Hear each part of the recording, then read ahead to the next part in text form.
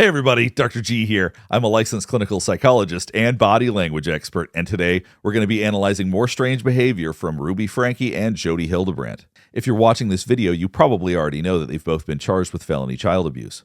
What we're looking at today is more footage from their Connections classroom. A couple of quick things before we get started. One, I wanted to make sure you know this is not a psychological evaluation of any kind. I'm providing my opinions based on their behavior and body language on publicly available information. In addition to that, I do want to remind you to like and subscribe if you want to see more content just like this. All right, let's go.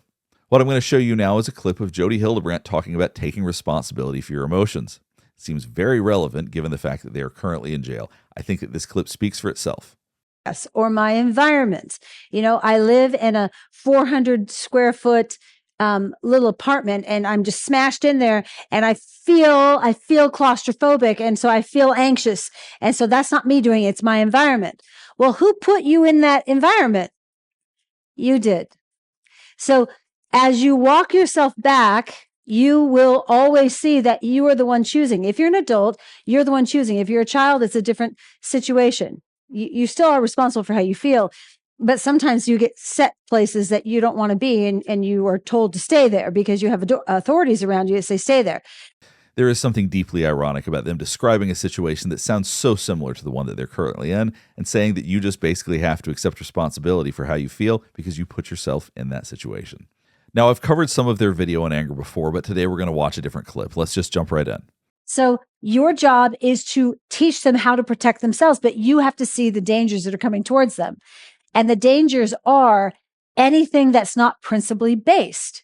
So, for example, if a child comes up to you, and I don't care how old the child is, it seems like the younger they are.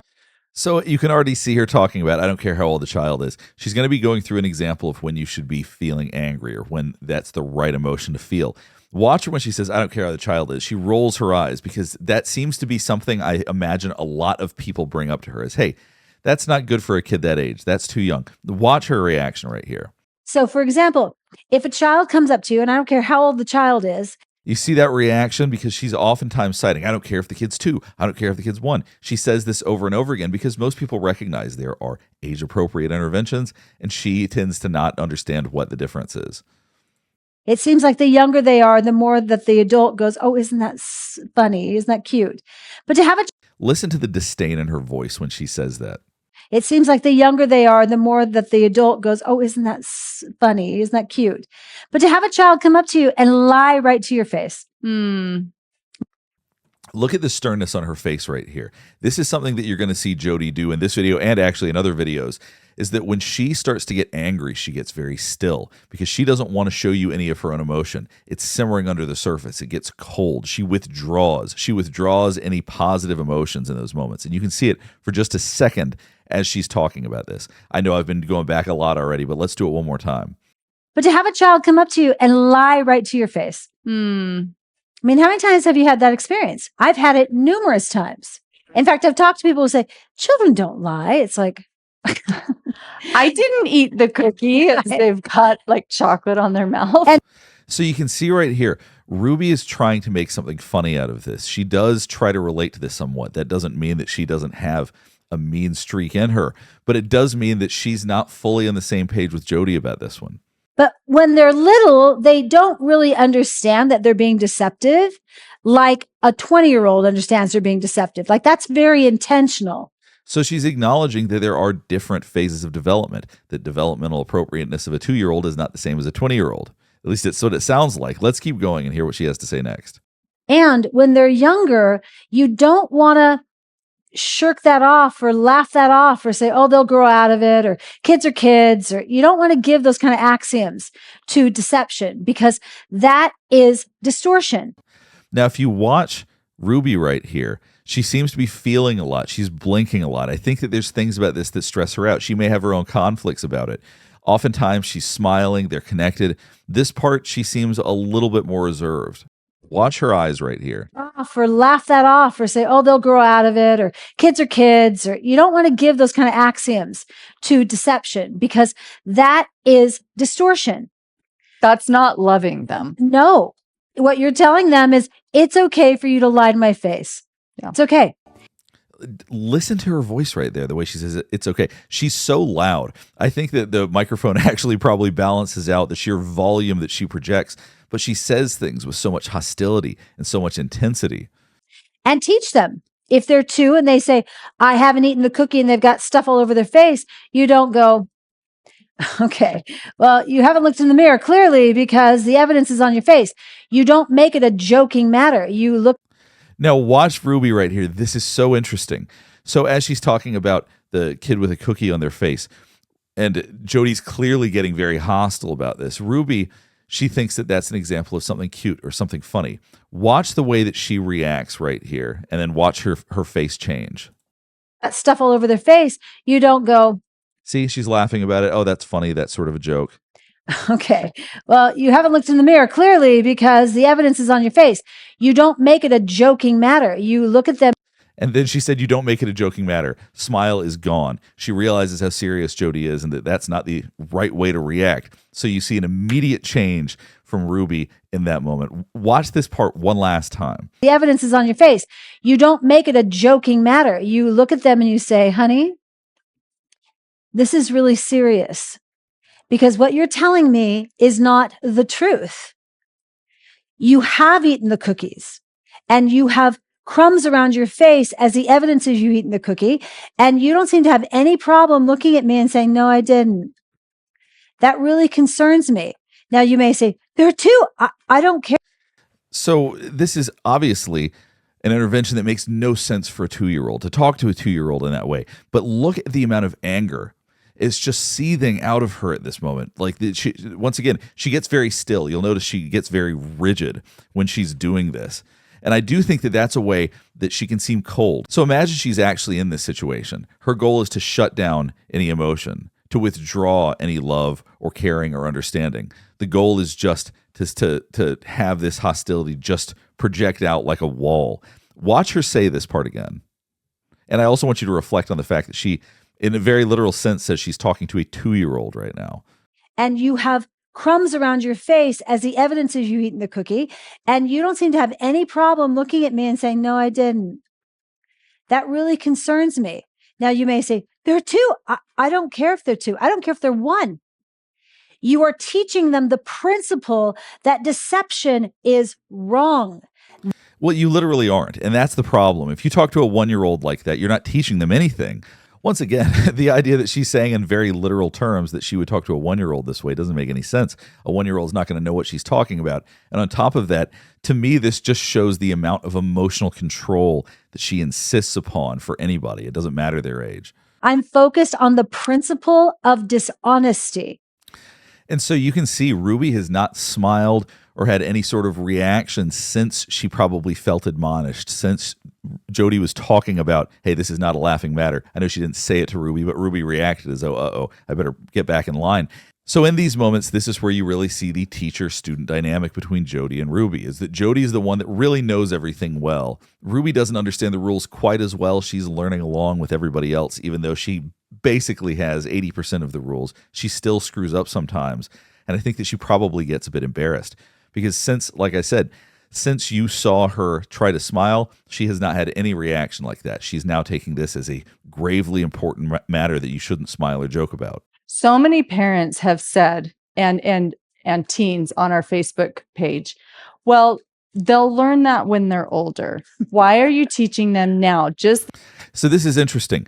If you watch Ruby Franke's body language, she's doing the steepling. I've talked about this in other videos. We oftentimes do this when we want to come across as an expert, but she kind of shuffles her steepling a little bit. Watch this right here, because I don't think she's fully confident. Many parents have said, and teens on our Facebook page, well, see right here, this is not steepling, but it's kind of thinking about steepling. So she goes from that to actually steepling. To me, this suggests that there's a lack of confidence about what she's doing, that she still feels like she doesn't know it as well as Jodi does. they'll learn that when they're older. Why are you teaching them now? Just let them have an enjoyable childhood. They don't need to worry about that. But this goes to show that she does want to be that authority, though. She's trying to be. She just doesn't feel it entirely. That stuff right now. Mm-hmm. And then we wonder why. Now we're going to watch them talk a little bit about privacy. And for many people who have raised responsible, honest, humble children, it's really clear that no, there is no privacy. Privacy is not a principle, put it that way, for a child. Now, something you're going to see over the course of this video is Jodi becomes more and more hostile. Her voice gets more and more intense. There's something about the idea of privacy that really does not sit well with her. Now, there are many children that don't have adults in their life that are modeling those principles of truth for them. And so privacy for them seems like it's a right. Mhm. I am entitled to privacy. Once again, she has this certain mocking way of speaking.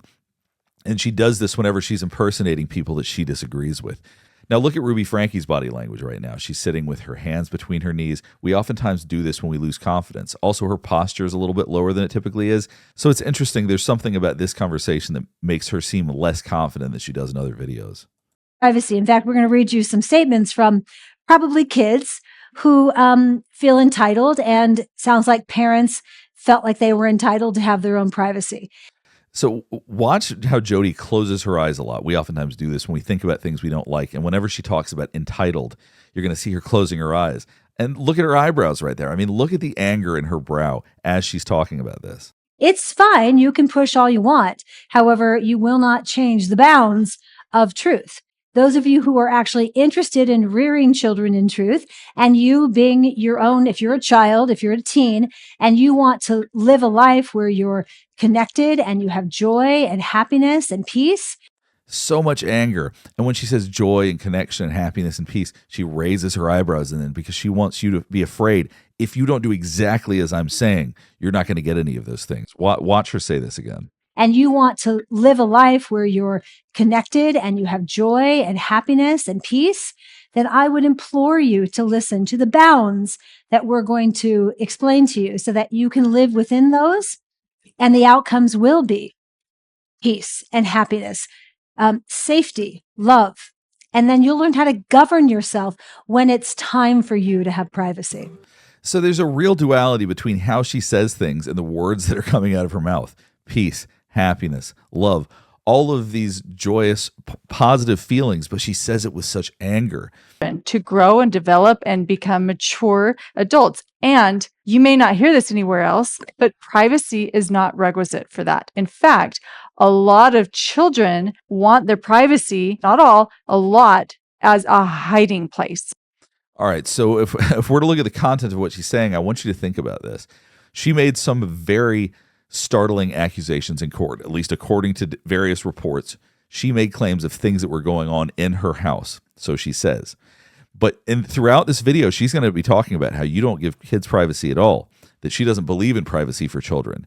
So it's going to be very hard to reconcile the claims she made in court with the attitude she has in this video.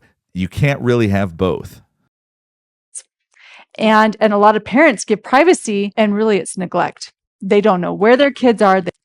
So now we're seeing terms like neglect being thrown around. And once again, this is tapping into that fear-mongering. She wants people to be afraid. If you don't do what we say, you are neglecting your child. When you're parenting a child and when a child is being reared, the focus of rearing a child is to invite them to learn principles. So she uses this term invite oftentimes. And part of the reason that she does that is that that means that anytime that there is a consequence that's negative, then you can go, well, I invited you to do the right thing and you didn't. And therefore, the things that I have done were justified. It is your fault that the bad things happened. Outlets are, you're constantly making judgments about the safety and the whereabouts and the interactions that your toddler's having. Yes. And it does not change just because your child becomes a teenager. Your job is not to trust them. Your job. And once again, this goes back to the possibility that she's creating a bad argument for herself because she continues to claim all of these wild things happened in the neighborhood and in the house, and things happened when one of the kids was 3 years old, all of this stuff. I'm not going to go into the details of what she's alleging because I have no idea whether or not it's true, and I would just as soon not spread any more of what has been reported that she's claimed. Just understand that what she's saying here is entirely inconsistent with what she is claiming went on in her household. Right now, they're responding to some questions or statements about privacy from Facebook. Okay. Wanting privacy doesn't mean a child has something secret or they're hiding. The truth is wanting privacy may not mean you're hiding. However, the motive behind the privacy. So if my child comes to me and says, I'd like to keep this private, and I say, there is no privacy in this house, sweetheart. And they say, well, I get you. I deserve it. That reaction means that they're hiding something. Yeah. Adolescents typically want some degree of privacy, and during adolescence you tend to get agitated when people bother you. So the idea that someone would get upset that you want privacy, they're saying, okay, well, that means that they're hiding something. So this is legitimizing people maintaining absolute control over others. So it's saying if somebody has a reaction that you're going through their stuff or that you're violating their privacy in some way, that means they're trying to hide something. This is a manipulative tactic. Yeah. If they say, okay, here you go, then no, they're not hiding anything. So the only way that someone is not hiding something is absolute compliance, is what it sounds like. And once again, I just want you to pay attention to Jodi's body language as she goes from someone who's trying to hide something versus someone who's not. Watch this once again. There is no privacy in this house, sweetheart. And they say, well, I get you. I deserve it. That reaction means that they're hiding something. Yeah. If they say, okay, here you go, then no, they're not hiding anything. So the mere fact of not giving privacy exposes secrets. Yes. Really a strange idea. Privacy isn't just being secretive, but more that you want your own space, whether that is going to the bathroom or having time to yourself or getting dressed. Parents need to understand privacy is crucial for a child's development. Mm-hmm. Again, it's not a matter of I want to shut the door when I go to the bathroom. Check out Jodi's mouth right here. She licks her lips before she starts talking about this because as we get amped up, our mouth tends to dry out. We tend to either do that when we're excited or stressed. And these questions, these comments, anybody questioning or suggesting that maybe privacy is a healthy thing for people just seems to enrage her. Parents need to understand privacy is crucial for a child's development. Mm-hmm. Again, it's not a matter of I want to shut the door when I go to the bathroom. It's your reaction when you aren't able to shut the door. When someone says, you can't have that, do you react and want to defend and fight and threaten and accuse and So look at the way that Jodi tends to act. She tends to withdraw, tends to be very cold, tends to be very controlling, tends to frustrate people. So the idea that anytime anybody has an emotional reaction that is not just completely withdrawing and completely compliant and utter obedience means that they have something to hide, like closing the door to the bathroom. If you have a child where you say, no, I want you to leave the bathroom door open and I will keep, your siblings away, but I am going to walk by. So they give examples of why they think this is legitimate. But what I wanted to point out was that they use this example, which is the same as an example that Jessie, the niece, gave in their interview when they talked about living with Jodi as an adolescent. So this, in a very real way, is something that they implement. So now we're going to watch a video on distractions. The child who is put to bed and they don't want to connect with their responsibility to get sleep. And so they distract by, I need more water. I need another kiss. Now I need to go to the bathroom. Now I want another story. Mm-hmm. And distraction will invite others to participate with them. So if you're the parent. So I earlier pointed out how Ruby's hands were kind of low at that one point. Here they're a little bit higher. She seems a little bit more confident with this. But look at Jodi. She's gripping her wrist. It's not really a natural way for a lot of people to sit. It seems like any time that Ruby is talking, she's pretty much bracing herself. That's not specific to this video, by the way. She does that quite a lot. But I just thought I would point that out because it's very interesting that she doesn't have a comfortable way of sitting. Parent of this child, and you're saying, well, they're just a child. Okay, I'll get one more kiss. Now it's really time for bed. You're participating in the distraction instead of saying. And you can see her grip is pretty tight right now in terms of Jodi's grip on her own wrist. I do think you can see something building up. Listening to Ruby talk about this, she wants to take over so badly. Hey, kiddo, you're distracting. And it's time for bed. I've already given you a kiss. I'm going to close the door now. Some others are so mean. So mean. There's the explosion of emotion again from Jodi. She can't seem to hold in the disdain she feels for people.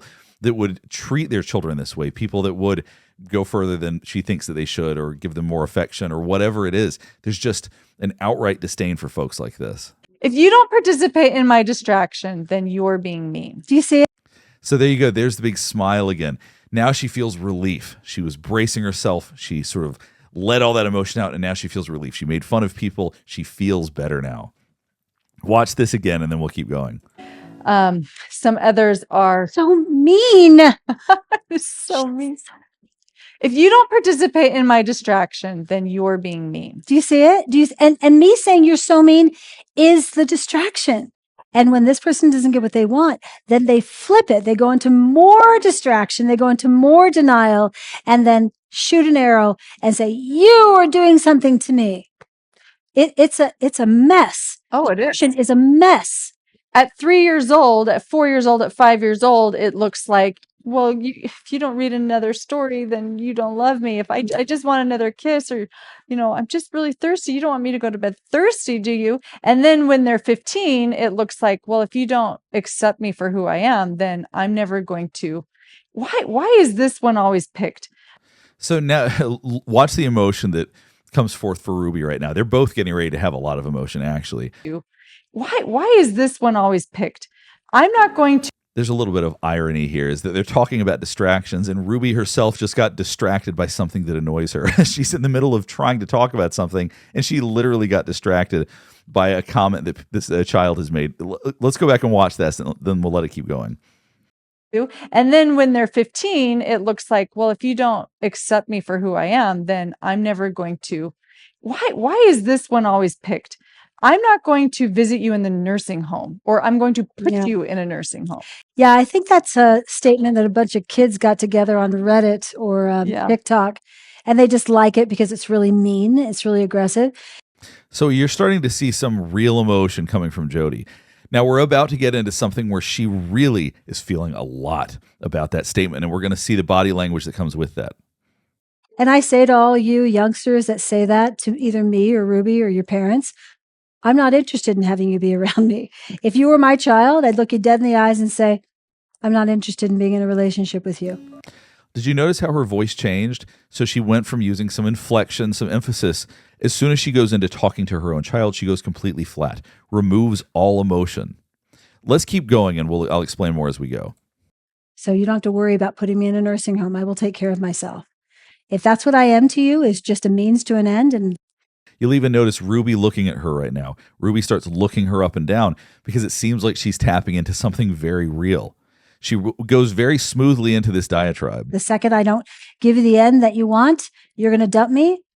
Okay, I understand. And so this is giving us a glimpse of what Jodi is probably like. She withdraws in a hostile way, becomes passive-aggressive. As soon as somebody says something they don't like, she says, fine, then we don't have to have a relationship at all.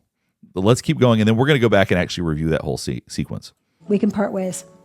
Well, it's just a dead giveaway. So let's go back and hear Jodi go through that again. I won't talk over it this time so that you can hear it all in sequence. I'm not interested in having you be around me. If you were my child, I'd look you dead in the eyes and say, I'm not interested in being in a relationship with you. So you don't have to worry about putting me in a nursing home. I will take care of myself. If that's what I am to you, is just a means to an end, and the second I don't give you the end that you want, you're going to dump me? Okay, I understand. We can part ways. Well, look at her expression right now. She's trying to withdraw all emotion if she was talking to her child. She really does seem to be playing through this as though it's the kind of thing she would actually say. I don't think that she would deny that either. I mean, that's why she's telling people, because these are the types of things she thinks you should say. So it's very interesting to see. Once she withdraws all love, all affection, and says, fine, then I won't have a relationship with you. It's very interesting to see her body language at this point, because she does become very stern, very still, very hostile. In essence, she's saying that she will withdraw her love, and we very much are seeing exactly what that would look like right now. It's just a dead giveaway that I'm actually not loving you. I'm just wanting to get what I want. I don't think that she loved Ruby talking right after that. Watch her face right after Ruby starts talking. Okay, I understand. We can part ways. Well, it's just a dead giveaway that I'm actually not loving you. I'm just wanting to get what I want Yeah. from you. And if you don't give me what I Blinking a lot. She's licking her lips. She's agreeing with Ruby, but it does seem to be that the hostility is still there. I don't know if she feels like that she's watering down her message. I'm not sure what it is that bothers her so much, or if she just doesn't like it when Ruby talks sometimes. But she certainly seems to be holding on to that hostility right now. want, then I'm going to punish you. It's like we've got the kids punishing the parents, and the parents are participating in it, saying, okay, Yeah. okay, And the only way the kids can punish the parents is because the parents are distracting. well, they're tied into Parents that are into distraction. Exactly. So eventually it got back to the point that Jodi wanted to make. I really think that she wants to maintain as much control as she can in this dynamic, but it's hard because Ruby doesn't have the same grasp on all of these concepts that she does. Sometimes she gets things a little wrong, so to speak, so she gets corrected. So at times when she has delivered a powerful message in her mind, and then Ruby says something that is not exactly in line with that, she waits to bring it back full circle, and then she's able to get some relief. Much like the first clip I showed, this last one I think speaks for itself. I'm going to show you a little bit of Ruby and Jodi talking about what not to say to yourself if you find yourself in a situation that you don't like, because you need to accept personal responsibility. Anytime you take yourself out of reality, you're neglecting your responsibility. So Exactly. anytime you say something like, I can't believe he said that to me. That shouldn't have been like that. My life was not supposed to turn out this way. Mhm. Do they not know who I am? You should have known better. This kind of stuff always happens to me. I don't know how this is possible. This isn't possible. I'm overwhelmed. Well, I just stay up and worry all night. I just worry and worry and worry. I can't think through this. So based on their rules, if they're making any statements like this in their current situation, then they are in fact living in distortion. So I hope this video has helped you better understand their behavior and their body language. If you want to see more content on them, please let me know. There is no shortage of videos that they made for their Connections classroom. In addition, if there's any other cases that you want me to analyze, please let me know in the comments below. Last thing before we get wrapped up is that I do want to remind you to like and subscribe if you want to see more content just like this. All right, thanks for watching.